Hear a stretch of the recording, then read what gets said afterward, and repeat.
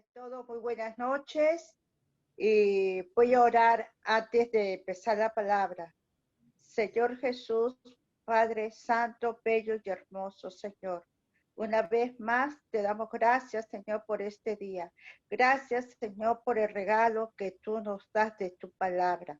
Oh Padre Santo, Señor, quita todo que tenga mi corazón en mis labios, Señor Jesús. Sé tú, Señor, tu santo, Señor. No soy yo, Señor, sino por tu espíritu dentro de mí, Señor, para poder, Señor, hablar, Señor, lo que es tú. Padre Santo, amén y amén. Antes, hermanos, antes de pasar al capítulo 5, vayamos un momento al versículo 4 y 23, ¿no? Que dice así, y recorrió Jesús toda Galilea, enseñando en las sinagogas de ellos y predicando el evangelio del reino y sanando toda enfermedad y toda dolencia en el pueblo. Y se difundió su fama por toda Siria y le trajeron todos los que tenían dolencia, los afligidos por diversas enfermedades y tormentos, los endemoniados, lunáticos y paralíticos, y los sanó. Y le siguió mucha gente de Galilea, de Decápolis, de Jerusalén, de Judea y del otro lado de Jordán.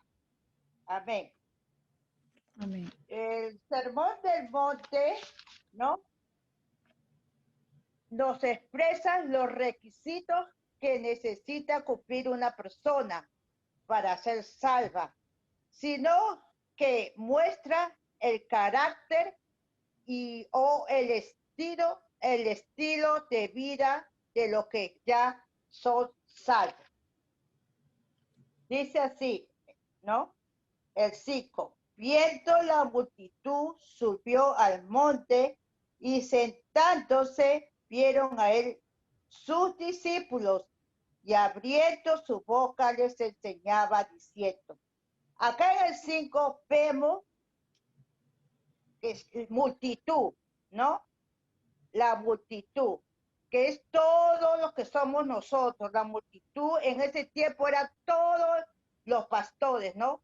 Y la palabra bienaventurado significa feliz, dichoso. El concepto que tiene el mundo es diferente a lo que nosotros nos enseña la Biblia, ¿no? En el mundo, si uno tiene dinero, es feliz. Si tiene ropa, es feliz. Si tiene trabajo, es feliz, ¿no? Pero nosotros, nuestra felicidad que nos enseña el Señor Jesús es la felicidad que va dentro de nosotros, que solamente el Espíritu Santo nos puede dar. No, podemos obtenerlo gracias al Espíritu Santo, ¿no? Y donde hay multitud, hay de todos los verdaderos creyentes. Unos que aman a Jesús, otros que les gusta dar su mensaje, otros que quieren buscar lo suyo, o milagros, o comida, pero no les interesa nada de Jesús. Mucho menos ser como Jesús, ¿no?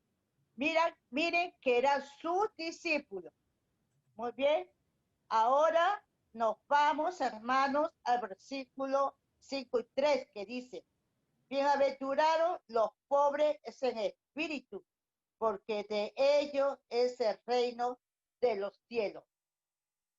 Aquí pobre no habla de la pobreza, que no tiene ropa, que no tiene nada, que vive en una casita así de cartón. No, acá nos está diciendo, son ellos, van con un corazón humilde ante la presencia de Dios, a suplicar su misericordia y su perdón. Es ahí donde comienza nuestro andar con Jesús. a reconocer que no somos salvos por nuestros propios méritos, sino por medio de Él. El pobre en espíritu anhela reflejar el carácter de Jesús y que Él sea glorificado en su vida. Vive en humildad, sometido al señorío de Cristo. Vemos que su recompensa, el reino de los cielos, le pertenece desde ya y esperar el futuro que pueda vivir en realidad en el reino de los cielos, ¿no? Jesús al comenzar su ministerio terrenal predicó diciendo, ¿no? Arrepiéntense porque el reino de los cielos está cerca. El pobre en espíritu responde a ese mensaje con un arrepentimiento genuino ante el Señor y recibe su recompensa. El reino de los cielos llega y transforma su vida, ¿no? En sí son aquellos que reconocen que necesitan a Dios. Son aquellos que con su propia obra no pueden alcanzar la salvación, ¿no? Los pobres en espíritu son aquellos que están abiertos a la palabra de Dios y que necesita el pan espiritual cada día. Esos son los pobres de espíritu. Amén. Ahora nos vamos al 5:4, que dice así: bienaventurados los que lloran, porque ellos reciben consolación. Hermanos, no solamente habla acá de nosotros, ¿no? Porque cualquier persona puede llorar, ¿no? Pero acá este sermón es específicamente para todos nosotros, ¿no? Los que lloran. Están muy relacionados con el primero.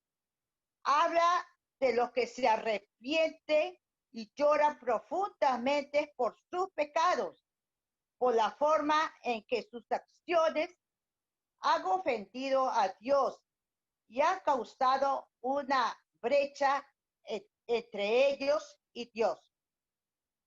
Una vez más, son personas que reconocen su necesidad de Jesús y claman ante Él con un corazón contrito. Es cierto que pensamos por situaciones tristes y difíciles en el transcurso de la vida, y Dios trae consuelo y paz en nuestros corazones por la bienaventuranza. Es más bien para los que lloran con dolor profundo por los pecados cometidos. Ellos serán consolados. Por ejemplo, yo cuando hago algo malo, yo no me siento tranquila, ¿no? Le fallo al Señor y me pongo muy triste, ¿no? Y después me pongo a llorar y le pido al Señor que me perdone, ¿no? Y el Señor me consuela porque yo le pagué mal al Señor, pero de nuevo yo vengo donde Él y Él, ¿no? Me da consuelo, me da paz y tranquilidad. Amén. Ahora el 5. Bienaventurados los mansos, porque ellos recibirán la tierra por heredad.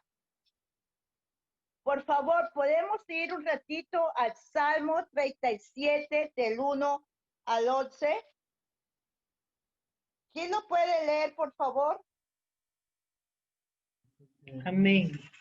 No te impacientes a causa de los malignos, ni tengas envidia de los que hacen iniquidad, porque como hierba serán pronto cortados, y como la hierba verde se secarán. Confía en Jehová y haz el bien, y habitarás en la tierra y te apacentarás de la verdad. Deleítate a sí mismo en Jehová, y Él te concederá las peticiones de tu corazón. Encomienda a Jehová tu camino y confía en Él, y Él hará. Exhibirá tu justicia como la luz y tu derecho como el mediodía. Guarda silencio ante Jehová y espera en él.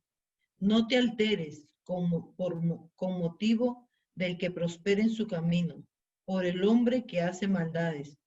Deja la ira y desecha el enojo. No te excites en manera alguna a hacer lo malo, porque los malignos serán destruidos, pero los que esperan en Jehová, ellos heredarán la tierra. Pues de aquí Amén. a poco no existirá el malo. Observarás su lugar y no estarás allí. Pero los mansos heredarán la tierra y se recrearán con abundancia de paz. Amén. Amén. Gracias, hermana. Ujú. Este salmo, ¿no?, nos dice que se habla de alguien que confía plenamente en Dios y no se deja llevar por las actitudes de otro o por las injusticias que ve a su alrededor. El de espíritu manso y humilde no reacciona impulsivamente ante las situaciones, sino que espera con paciencia la dirección de Dios para actuar de acuerdo con su voluntad. La persona humilde o mansa sabe que Dios tiene todo el control, confía en Él y se aferra a Él y a sus promesas. Es alguien que espera sin dudar, con la confianza de que Dios cumple lo que dice y que su mover siempre resulta en un bien para sus hijos. La recompensa para el humilde recibirá la tierra como herencia, ¿verdad? También nos dice, ¿no?, que la justicia es todo lo que tiene que ver con el reino de Dios y sus leyes. La misericordia, la bondad, el perdón, ¿no? La Biblia establece que nosotros, los que anhelamos verdaderamente el caminar con Dios, son aquellos que se rinden en adoración y oración. Son aquellos que, a seguir su mansedumbre de la palabra de Dios, un hambre de ser como Él, perdonar y ser bueno y misericordioso. Dios obrará en tu corazón por eso. El que ha nacido de nuevo lleva su fruto sí o sí, o desea la justicia de Dios. Ustedes busquen el reino de Dios y su justicia, que quieren ser como Cristo. Amén. Ay, me salté, esa era la de la justicia, hermano. Sí, la justicia, como la luz. Ok, bienaventurados los que tienen, bienaventurados los mansos, porque ellos recibirán la tierra por heredad. Después, bienaventurados los que tienen hambre y sed de justicia, porque ellos serán saciados.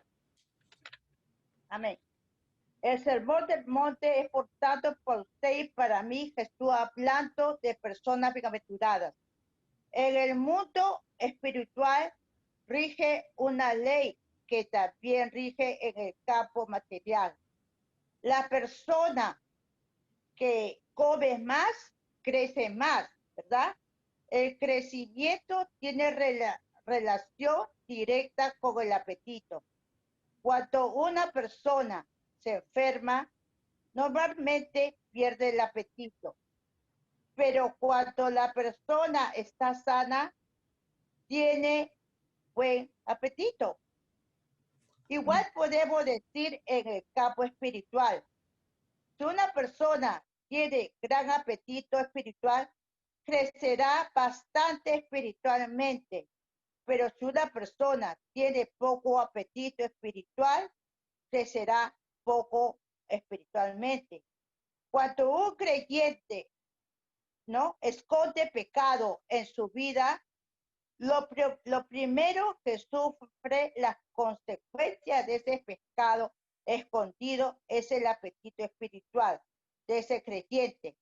Ese creyente ya no deseará leer ni estudiar la Biblia, ya no deseará orar, ya no deseará estar en comunión con otros hermanos en la iglesia. Se transformará en una persona de poco apetito espiritual, ¿no? Pero la bienaventuranza que estamos explicando nos habla justamente de esto, ¿no? Bienaventurados o súper felices son los que tienen un gran apetito espiritual. Ellos serán saciados por Dios y como consecuencia serán personas maduras espiritualmente hablando. Pero no se confunda. Recuerde que es el hombre quien tiene que manifestar ese hambre y sed de justicia. Si usted hoy mismo y yo, ¿no? Reconoce que ha perdido el apetito espiritual, si usted reconoce que tiene más hambre y sed de justicia por las cosas de este mundo que por las cosas espirituales, es necesario que hoy mismo investigue su vida para encontrar lo que ha echado a perder su apetito espiritual. A lo mejor hay alguien que ha pecado, que solo usted y Dios lo sabe. O a lo mejor hay un pecado descubierto que todos saben que usted está cometiendo. El pecado oculto o abierto echa a perder el apetito espiritual, ¿no? Confiese su pecado y decida tener hambre y sed de justicia. En respuesta, Dios demostrará tantas buenas cosas de Él que usted quedará totalmente saciado. Amén, hermano. Amén. Sí, buenas noches, hermanos. Dios los bendiga a cada uno de ustedes. Para mí es un placer y un privilegio también de poder compartir su palabra del Señor. Y esta noche, la hermana Rosita ya nos explicó en cierta manera lo que es el término bienaventuranza, y como también Susana, pero también yo encontré una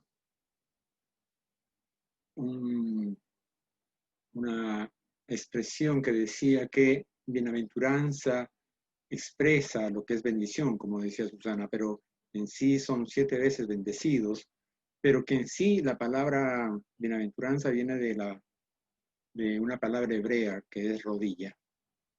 Entonces es arrodillarse, es postrarse, ¿no? Entonces, lo que sí, en lo que respecta a hoy día, es que tengo que ver desde el versículo 7, que dice, bienaventurados los misericordiosos, porque ellos alcanzarán misericordia. Bienaventurados los misericordiosos, porque ellos alcanzarán misericordia.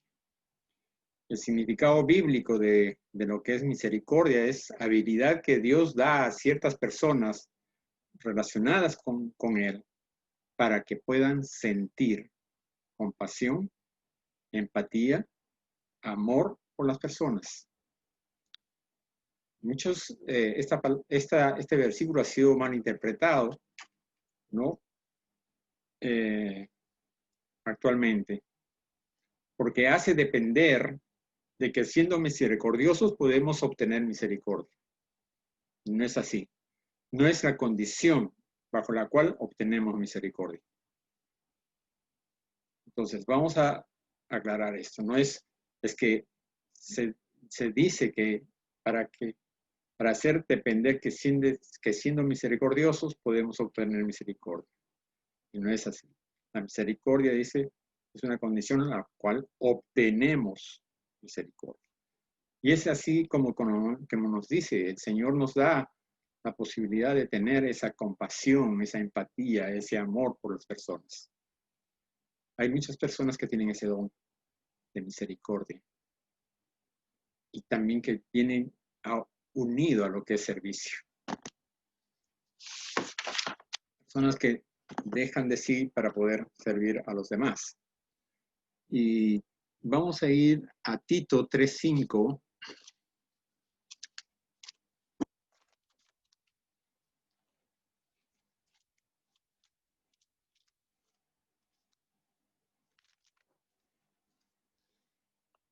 Pablo nos dice, vamos a leer del cuadro, pero cuando se manifestó la bondad de Dios, nuestro Salvador, y su amor para con los hombres, nos salvó, dice, nos salvó, no por obras de justicia que nosotros hubiéramos hecho, sino por su misericordia, por el lavamiento de la regeneración y por la renovación en el Espíritu Santo, el cual derramó en nosotros abundantemente por Jesucristo nuestro Salvador. O sea, bien claro nos está diciendo que es no por obras de justicia que nosotros hubiéramos hecho, sino por la misericordia. ¿Dicen quién? En que Dios, por el medio de Jesucristo, por su Espíritu Santo. Nosotros deberíamos ser misericordiosos porque hemos obtenido misericordia. A veces nos falta un poco eso de tener misericordia por los demás. Hay experiencias cuando vemos que esa misericordia no se da. Pudiendo hacerlo no se puede, no lo quieren hacer. Pero entonces, si tú has recibido misericordia, ¿por qué no das misericordia? En 1 Pedro 2, 9 y 10, nos dice, mas vosotros sois linaje escogido, real sacerdocio, nación santa, pueblo adquirido por Dios, para que anunciéis las virtudes de aquel que os llamó de las tinieblas a la luz admirable. Vosotros en otro tiempo no erais pueblo, pero que ahora sois pueblos de Dios.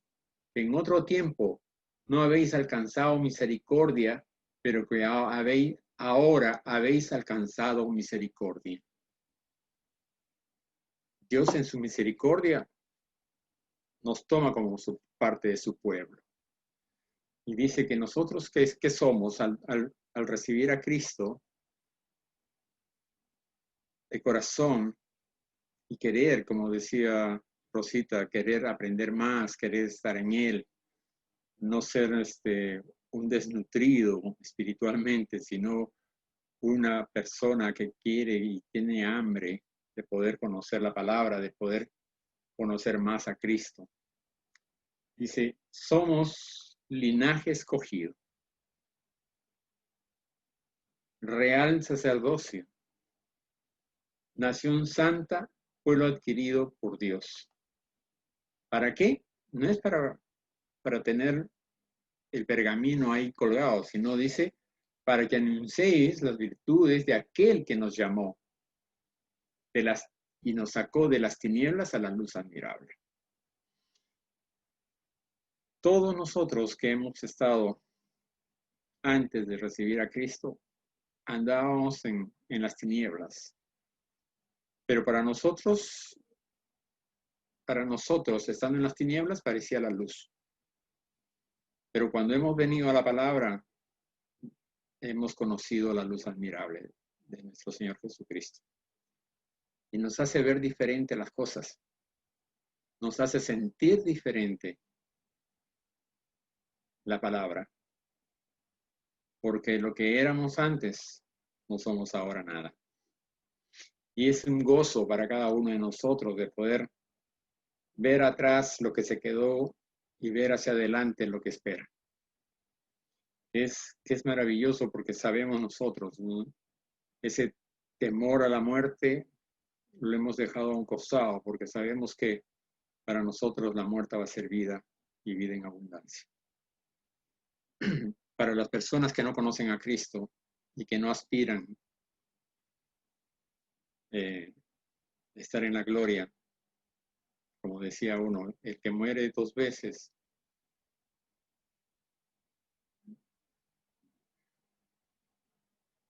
El que muere, el que nace 2 veces, muere una vez.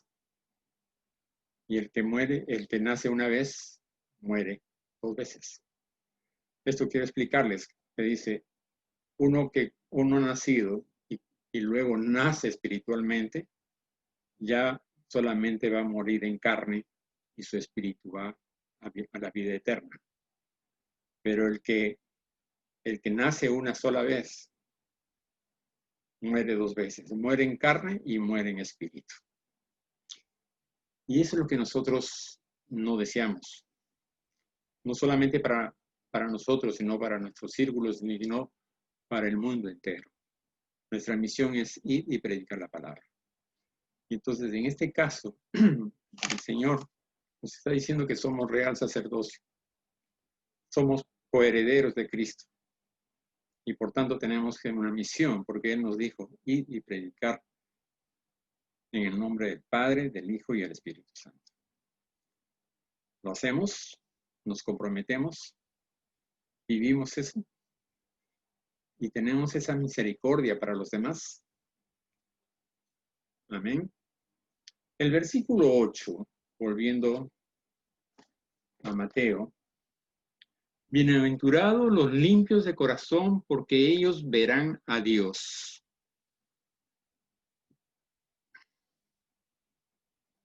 ¿Alguno de nosotros podrá decir que su corazón es puro?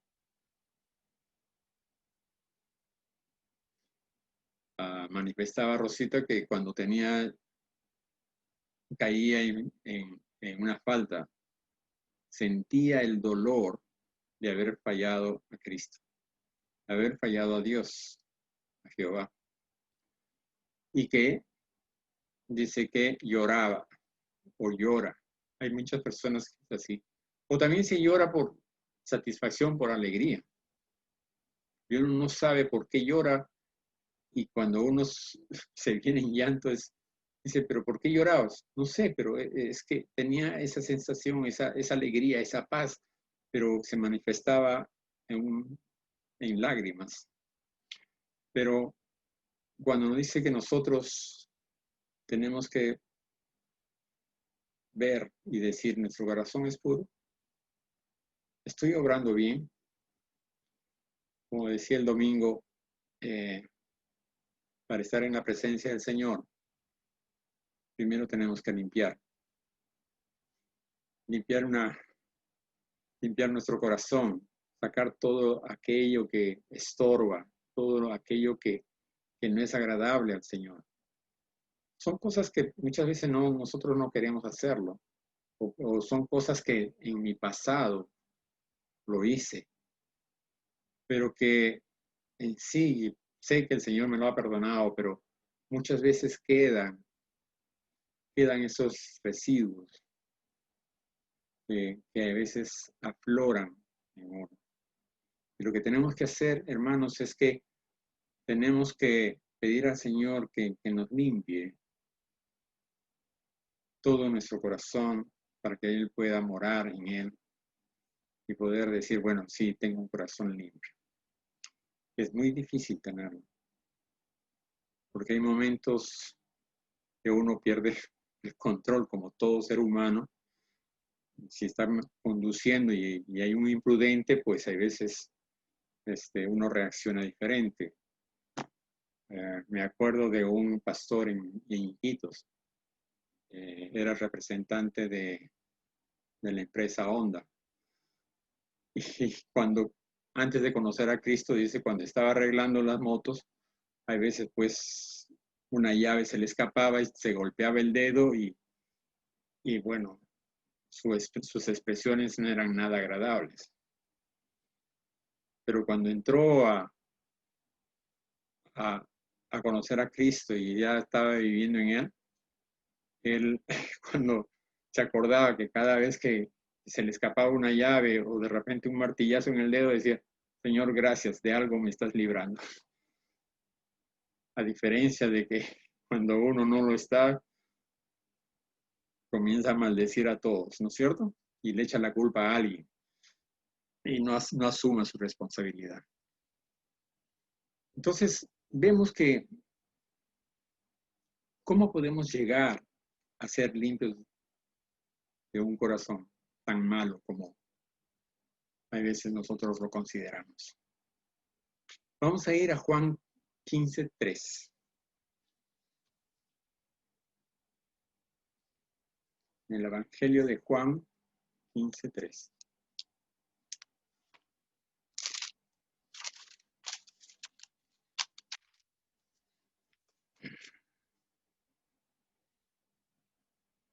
Dice, yo soy la vid, vosotros los pámpanos. El que permanece en mí y yo en él, este lleva mucho fruto. Porque separados de mí, nada podéis hacer. Esa es una de las cosas importantes. Tenemos que estar aferrados a él. Y él hace esta comparación de la vid porque justamente vemos que él es el tronco principal. Y nosotros somos el pámpano, las cositas. Si no estamos pegados a eso, simplemente nos secamos. Si no estamos pegados a ese tronco, no damos buenos frutos. ¿Y quién es el labrador? Dice, mi padre es el labrador. Él te limpia, él te arregla y él te corrige las cosas. O de repente te agarra, te amarra un poquito para que la fruta que vas a dar no se caiga. Y esa es la forma. O sea, hay que estar aferrados a Cristo. Él es la vid y yo soy el pámpano. Y Él me da la savia, y la savia es su palabra. Y esa palabra es el que me nutre, me alimenta. Con esa palabra yo puedo dar frutos en abundancia. ¿Cuántos frutos damos nosotros? Vemos que la uva no da una sola uva. Se da un racimo de uvas. Cuando nos hace esa semejanza, quiere decir que, bueno, nosotros, si estamos pegados a Él, no vamos a dar solamente una uvita, sino tenemos que dar un racimo de uvas. Y si nosotros vemos esa semejanza en muchas de las plantas, generalmente son pocas las plantas que dan solamente un fruto, sino que dan abundancia. Me hace recordar a María ahí que el árbol que tiene al costado, supongo que ya está lleno de paltas. Y hay que ir a la cosecha. Hay que ir a la cosecha porque si no se van a malograr. Y damos gracias a Dios por esa provisión.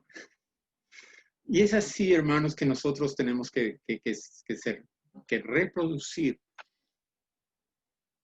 pegados a nuestro Señor Jesucristo.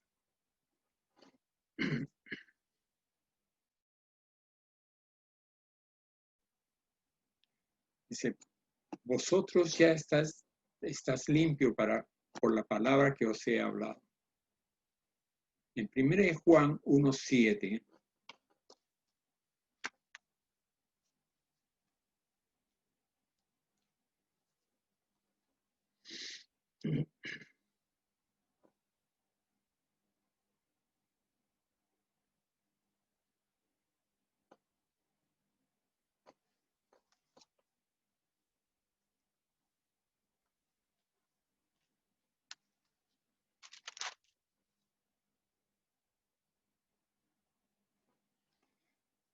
¿Qué nos dice 1 Juan 1:7?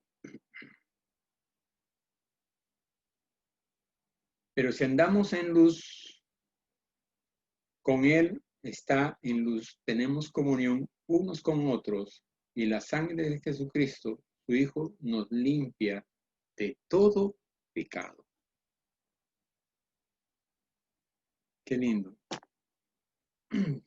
Somos hechos limpios. Y dice, por el lavamiento de regeneración, solo por la sangre de nuestro Señor Jesucristo. Él nos puede limpiarnos de todos los pecados. Él es el único. Esa es la gran diferencia cuando nosotros hemos estado antiguamente en otros credos,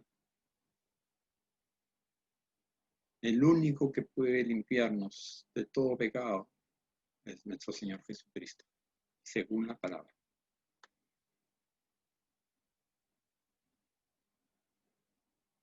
La sangre de Jesucristo, su Hijo, nos limpia de todo pecado. No nos dice del pecadito, del pecado rojo, del pecado rosado, del pecado verde. No, de todo pecado. Lo importante, hermanos, es tener esa comunicación con el Señor y ser honestos en decirle el pecado. Él lo sabe, pero lo importante es que Él te escuche de la falta que tienes, o de la falta que tienes guardada, o de la falta que has cometido, o que la falta que pensaste.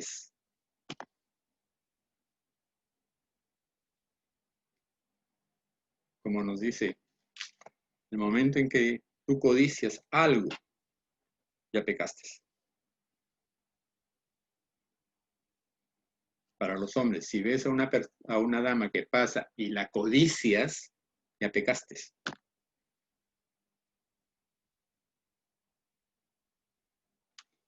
O si piensas que es una cosa que no sirve, que para ti te sirve y simplemente como no te autorizaron, tú lo tomaste.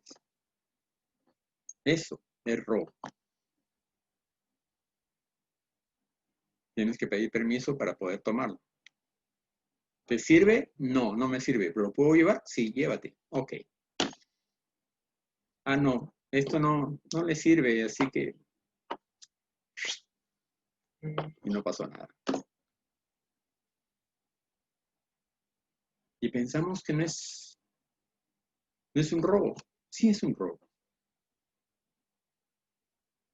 Porque no pediste esa autorización para tomarlo. Entonces hay que postrarnos ante el Señor, y devolver. Ya lo he repetido varias veces. Esta compañera que trabajaba en el Ritz. Y ella hacía, era housekeeping. Entonces sabemos nosotros que las cosas que nos ponen en el hotel, ahora será mucho más rígido todavía. Champú, desodorantes, perfumes y todo lo demás. Si no lo usabas, eso se va a la basura. Pero como lo veía cerrado, ella a la bolsa, a la bolsa, a la bolsa. Entonces, la hija un día que va a su casa encuentra en su baño llenecito de esos frasquitos. Y le dice, mamá, ¿y esto?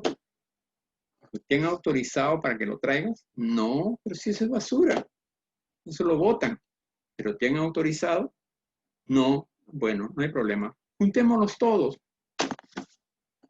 Y fue a seguridad del hotel y le dijo, mire, mi mamá por equivocación se llevó todas estas cosas. Ella pensaba que no era necesario pedir autorización para llevarse, pero se los devuelvo. Por supuesto, la mamá avergonzada y molesta, ¿no? Es que es así. Pensamos que como es basura, pues me lo puedo llevar.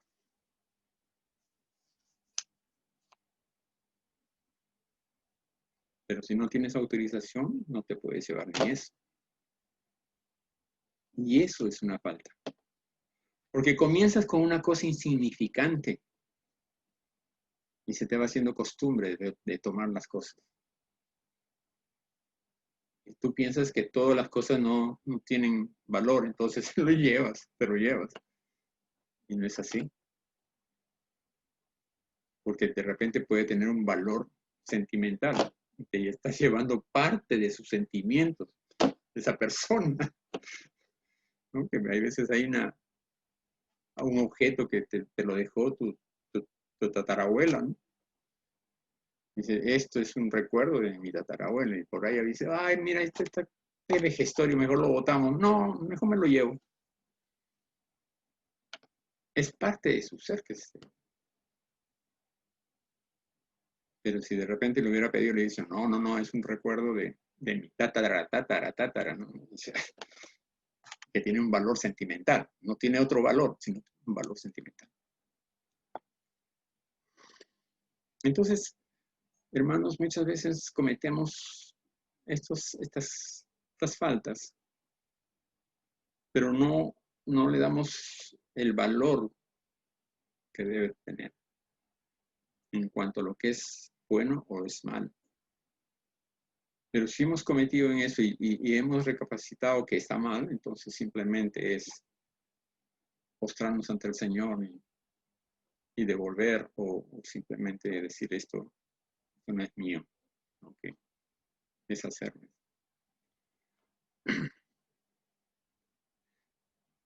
Y podemos dar muchos ejemplos, pero yo creo que cada uno de nosotros tenemos acciones o cosas que en algún tiempo lo hicimos. Pero con la palabra que dice que limpia, por eso es que es muy importante, hermanos, ir estudiando la palabra, porque la palabra es que nos va renovando, nos va transformando, y el Espíritu Santo también hace esa obra dentro de nosotros. Y como decía el domingo, es bueno dejar obrar al Espíritu Santo en nuestras vidas y poder tener esa comunión con el Señor para tener esa presencia ante Él. En el versículo 9 de Mateo, nos dice: bienaventurados los pacificadores, porque ellos serán llamados hijos de Dios. En un mundo tan convulsionado como lo que estamos viviendo, no solamente por la pandemia, sino políticamente o también por situaciones territoriales, dice: bienaventurados los que procuran la paz, o los pacificadores. Estamos diciendo bendecidos 7 veces los que procuran la paz, pues ellos serán llamados hijos de Dios. Si nosotros nos ponemos a pensar un poco en nuestro país o en el mundo, ¿podemos señalar a alguien como un pacificador? Se han dado premios Nobel a algunas personas que han hecho algunas gestiones en un conflicto. Pero cuando ya se armó el conflicto, no dijo, vamos a evitar el conflicto, sino cuando ya está el conflicto, hicieron de pacificadores. Es bueno. Pudieron sentarse a las dos partes y llegar a un acuerdo para evitar mayor derramamiento de sangre. Pero que evitar el conflicto, en la actualidad, quisiera que me mencionen uno solo en el mundo que es un pacificador. No existe. No hay un pacificador en el mundo. Nadie ha sido capaz de lograr la paz. Ha hecho la paz después del conflicto, después de muchas muertes, después de mucha destrucción, después de un problema económico donde se ponen sanciones. La intransigencia de uno u otro lado implica mucho. Pero que hay alguien que sea un pacificador, no hay ninguno. Solo nuestro Señor Jesucristo es el gran pacificador. Él consiguió la paz entre un Dios justo y un pecador injusto. Un Dios justo y un pecador injusto. Volvemos a lo mismo que ya mencioné anteriormente. Tengo mis pecados, pero para mí son cosas justas. Lo tuve que hacer por esto. Lo tuve que hacer porque me gustó. Lo tuve que hacer por necesidad. Siempre justifico algo que hice, que sé que está mal. Pero Dios es justo. Dentro de esas cosas que nosotros hacemos, por su gran misericordia, Él siempre perdona. Lo que quiere es escuchar de parte de cada uno de nosotros. Nosotros hemos cometido una falta. Señor, me postro ante ti y pido perdón por esto. No lo voy a volver a hacer. Antiguamente yo practicaba el pecado, porque me iba los domingos, me postraba, me reconciliaba, salía y comenzaba de nuevo. Y eso no es. Dice, yo te perdono los pecados, pero no practiques el pecado. Vamos a Romanos 5.1. ¿Qué nos dice Romanos 5.1?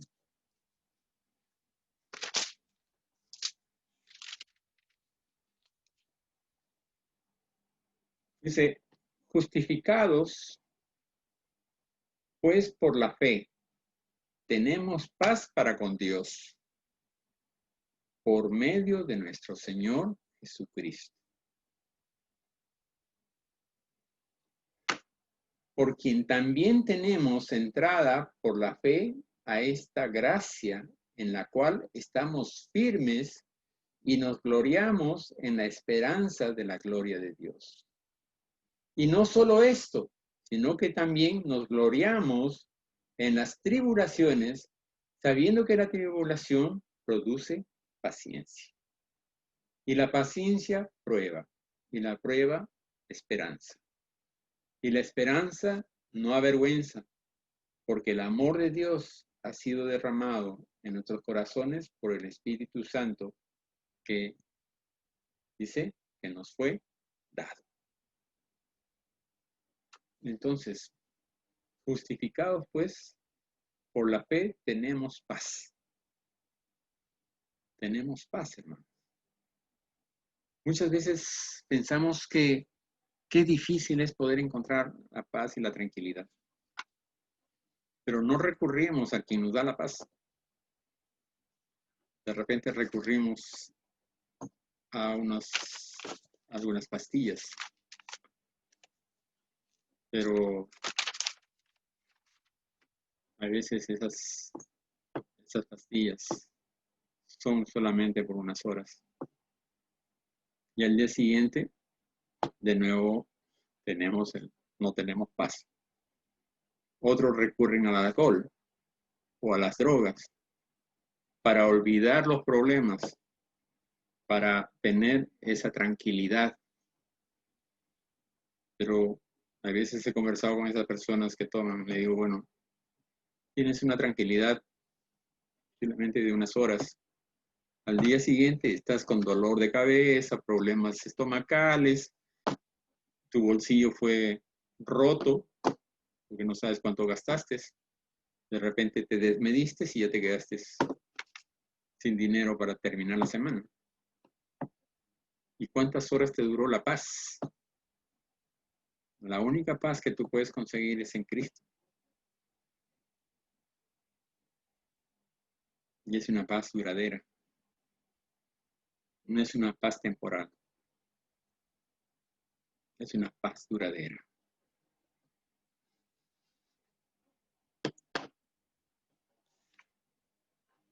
Y vamos a unir los versículos 10, 11 y 12, porque casi todos tienen una correlación. Volvemos a Mateo 5, 10, 11 y 12. Dice, bienaventurados los que padecen persecución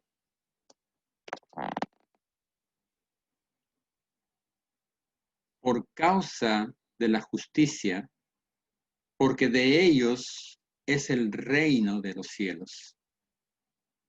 Bienaventurados sois cuando por causa os vituperen, os persigan y digan toda clase de mal contra vosotros, mintiendo. y el 12. Gozaos y alegraos porque vuestro galardón es grande en los cielos, porque así persiguieron a los profetas que fueron antes de vosotros.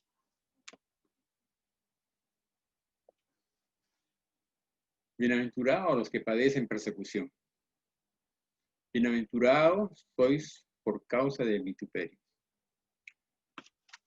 Dice, los pacificadores desean y poseen la justicia de Dios. Dichas personas que poseen estas cualidades se distinguirán por encima de los demás,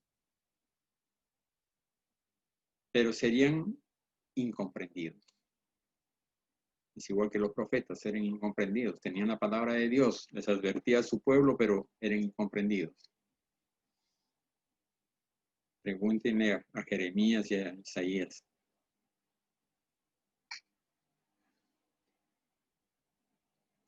Eran incomprendidos por otros.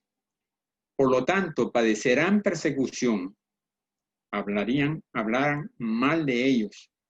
Sin embargo, las palabras de Jesús alentaron a sus seguidores para que sufran las mismas experiencias de los profetas, que también fueron incomprendidos y perseguidos. Y sus discípulos no solamente eran incomprendidos y perseguidos, sino muertos en martirio. Y pensarán que estamos hablando de esa época antigua.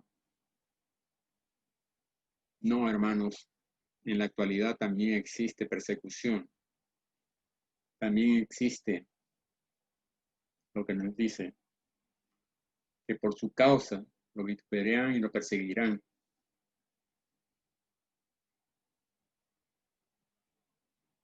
Y les voy a dar algunas cifras del año 19 y 20. Cristianos asesinados por creer en Cristo están 2.983. Iglesias atacadas por realizar servicios, cultos, dar clases a niños y adultos, han sido atacadas 9.488 iglesias, quemadas totalmente, destruidas. Y hay 3.711 cristianos detenidos sin justicia hasta el momento.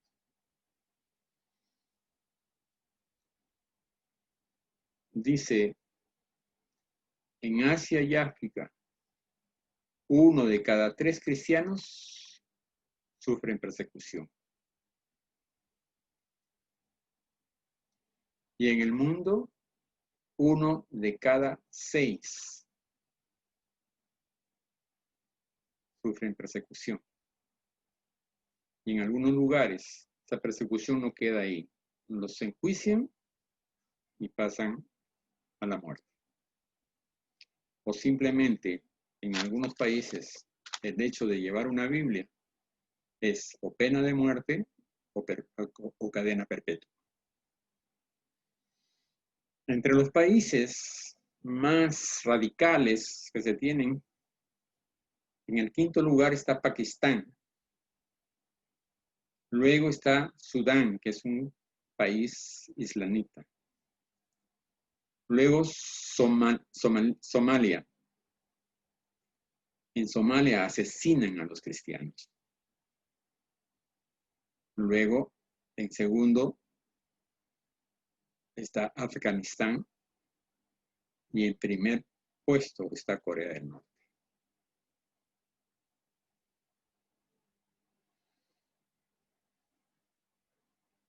Hay 260 millones de cristianos perseguidos. Está entre 1,6 y 1,8 perseguidos alrededor del mundo. Por cada cristiano hay entre 1 de cada 8 cristianos es perseguido en el mundo. Y la palabra nos dice, bienaventurados los que serán perseguidos, fieles a su palabra, fieles a Cristo. Aquí en Estados Unidos hemos visto las matanzas en el colegio. No sé en cuál fue, si fue en el penúltimo o en el último. Le preguntaron a una chica, ¿tú crees en Cristo? Sí. ¡Pra, pra, pra! La mataron.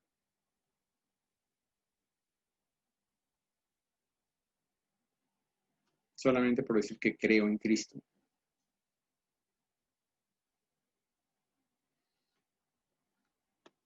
Y eso es lo que hemos leído en Mateo 5:10. Dichosos los perseguidos por causa de la justicia, porque el reino de los cielos les pertenece. Y eso es tener fe. No es que en ese momento diga, bueno, yo, pobrecito, mejor, si me matan, ¿cómo va a quedar mi familia? Sí, creo en Cristo. Yo sé que Cristo va a tener, el Señor va a tener control de toda mi familia. Pero no puedo negarlo a Él. Porque si no soy y no soy.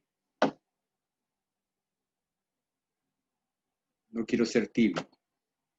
Ni frío, o frío o caliente, no tibio. ¿Estoy o no estoy?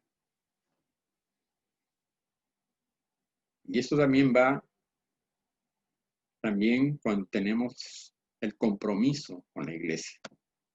¿Estoy o no estoy? ¿Voy cuando me conviene o voy cuando necesito? ¿O busco a todos mis hermanos porque estoy en una situación difícil? Y no es así, hermanos. Yo pienso que cuando uno está en la congregación es porque somos del cuerpo. Y cuando estamos en el cuerpo, lo que sientes en este dedo, todo tu cuerpo, lo siente.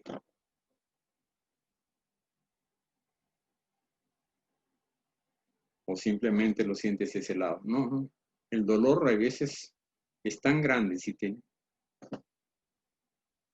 hincas, no solamente lo sientes ahí, lo sientes en el cerebro.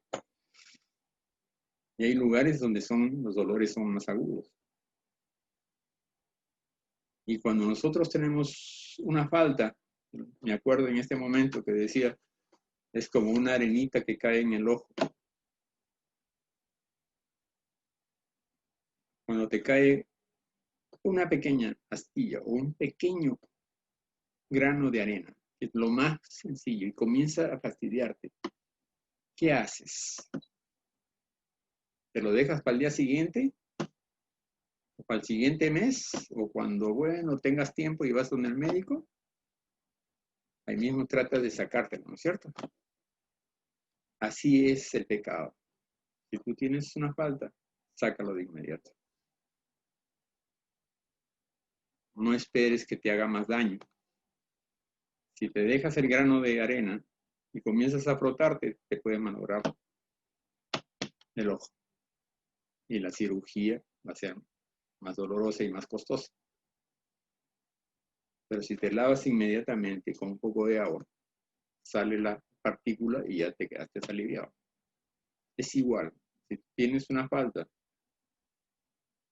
corre a tu aposento, póstrate y entrega esa falta al Señor.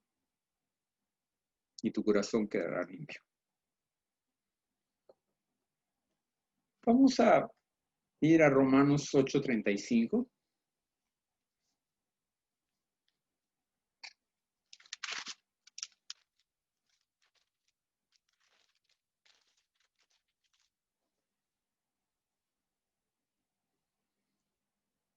¿Estamos? Amén. Dice, ¿quién nos separará del amor de Cristo? ¿Tribulación o angustia o persecución o hambre o desnudez o peligro o espada. Dice, como está escrito, por causa de ti somos muertos todo el tiempo. Somos contados como ovejas de matadero. Antes, en todas estas cosas, somos más que vencedores por medio de aquel que nos amó. Por lo cual estoy seguro de que ni la muerte, ni la vida, ni ángeles, ni principados, ni potestades, ni lo presente, ni lo porvenir, ni lo alto, ni lo profundo, ni ninguna otra cosa creada nos podrá separar ¿de quién? Del amor de Dios, que es en Cristo Jesús nuestro Señor. Qué lindo. ¿Qué tal que si nosotros lo tenemos presente, estos versículos que en la Biblia nos dice la seguridad del creyente? ¿Quién nos separará del amor de Cristo?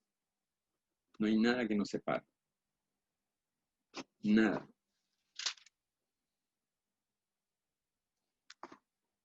Y en Lucas 6:22.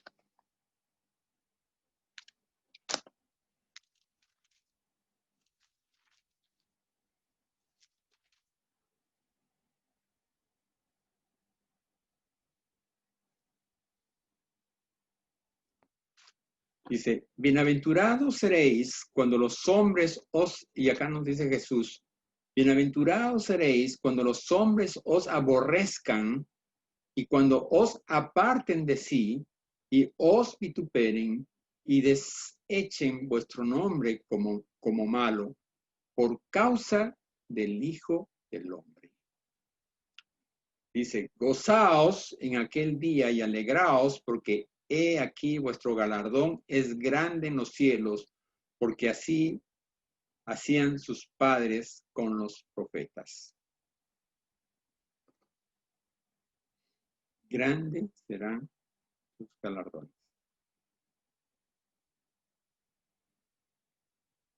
Dice, serás muy bendecidos cuando los hombres os aborrezcan y cuando os aparten de sí y os vituperen.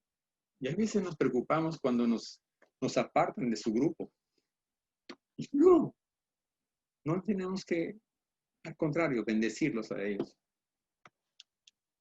Bendecirlos. Y decir, bueno, Señor, gracias porque de algo me está salvando. Vamos a ir a 2 de Timoteo, como para terminar.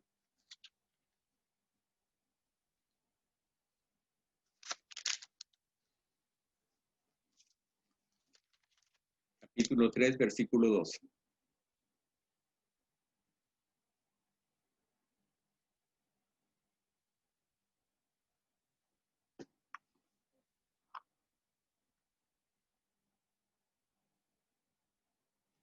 Vamos a leer desde la 11. Persecuciones y padecimientos como los que me sobrevinieron en Antioquía, en Iconio, en Listra, persecuciones que he sufrido y de todas me ha librado el Señor. Y también todos los que quieren vivir piadosamente en Cristo Jesús padecerán persecuciones. Y si vamos a Apocalipsis, ahí nos dicen qué es lo que va a pasar y tenemos que estar preparados. Estamos viviendo los últimos tiempos, como decía también Juan. Estamos en los últimos tiempos, pero ahora se notan mucho más. Si comenzamos a hacer el balance de las cosas que suceden, los terremotos ya no son de 2 grados. Los terremotos, los últimos que han habido, son de 5 y 6 grados. El último huracán fue de 150 millas por hora. Y categoría 4. Que fue uno después de 150 años. Se pudo apreciar un huracán de esa magnitud.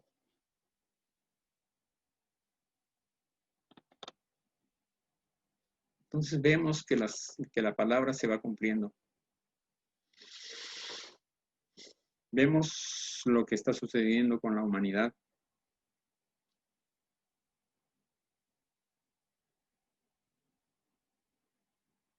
Vemos cómo la humanidad se está degradando. En algunos lugares aprueban el aborto. En otros lugares también aprueban la muerte.